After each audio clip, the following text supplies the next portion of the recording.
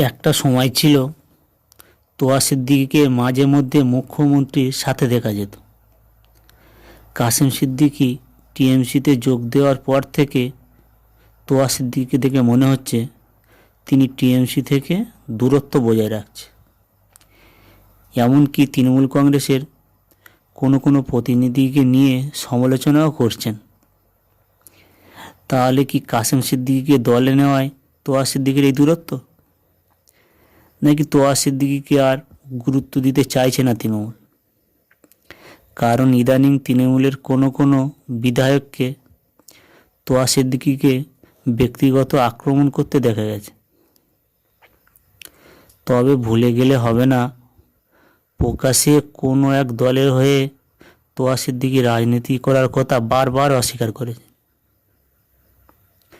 তবে তোয়া সিদ্দিকীকে নিয়ে এই ধোঁয়াশা হয়তো আর কিছুদিনের মধ্যে বসে যাবে, যেহেতু সামনে নির্বাচন।